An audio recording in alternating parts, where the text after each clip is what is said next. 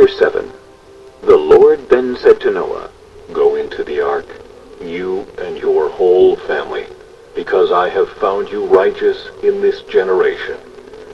Take with you 7 pairs of every kind of clean animal, a male and its mate, and 1 pair of every kind of unclean animal, a male and its mate, and also 7 pairs of every kind of bird, male and female, to keep their various kinds alive throughout the earth.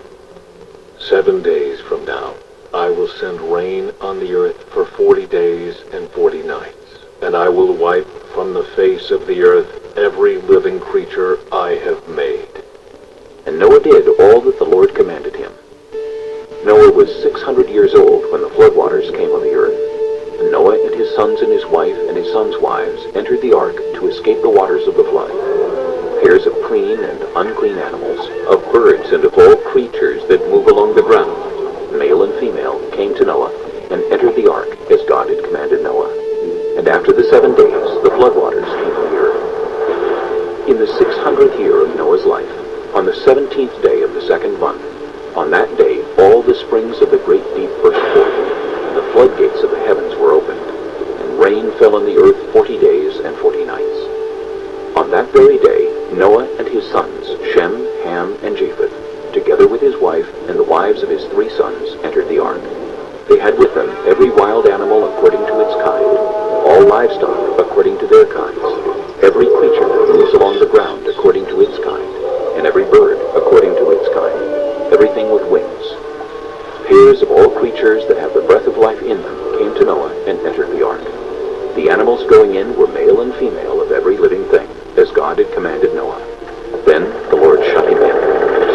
For 40 days the flood kept coming on the earth, and as the waters increased, they lifted the ark high above the earth.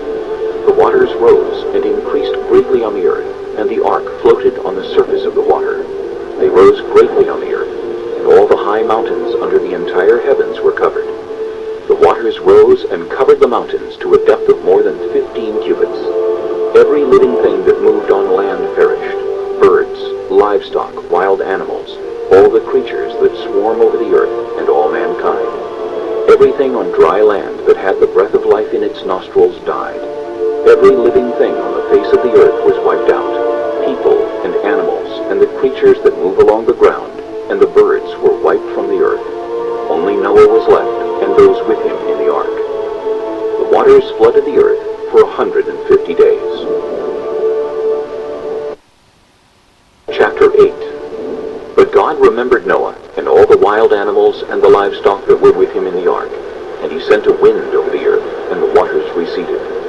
Now the springs of the deep and the floodgates of the heavens had been closed, and the rain had stopped falling from the sky. The water receded steadily from the earth.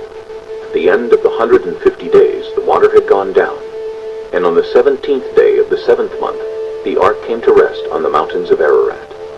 The waters continued to recede until the 10th month, and on the first day of the 10th month, the tops of the mountains became visible.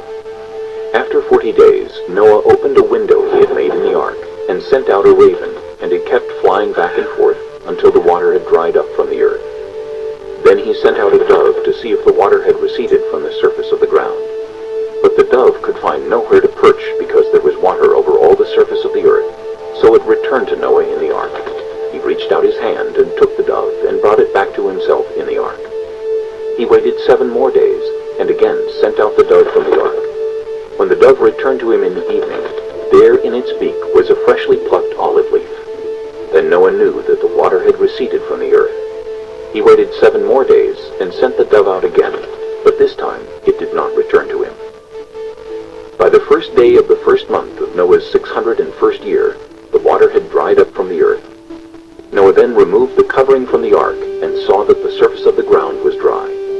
By the 27th day of the 2nd month, the earth was completely dry. Then God said to Noah, "Come out of the ark, you and your wife, and your sons and their wives. Bring out every kind of living creature that is with you, the birds, the animals, and all the creatures that move along the ground, so they can multiply on the earth and be fruitful, and increase in number on it." So Noah came out, together together with his sons and his wife and his sons' wives. All the animals and all the creatures that move along the ground and all the birds, everything that moves on land, came out of the ark, one kind after another. Then Noah built an altar to the Lord, and, taking some of all the clean animals and clean birds, he sacrificed burnt offerings on it.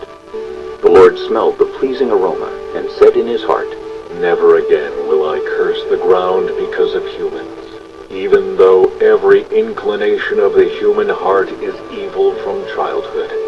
And never again will I destroy all living creatures, as I have done.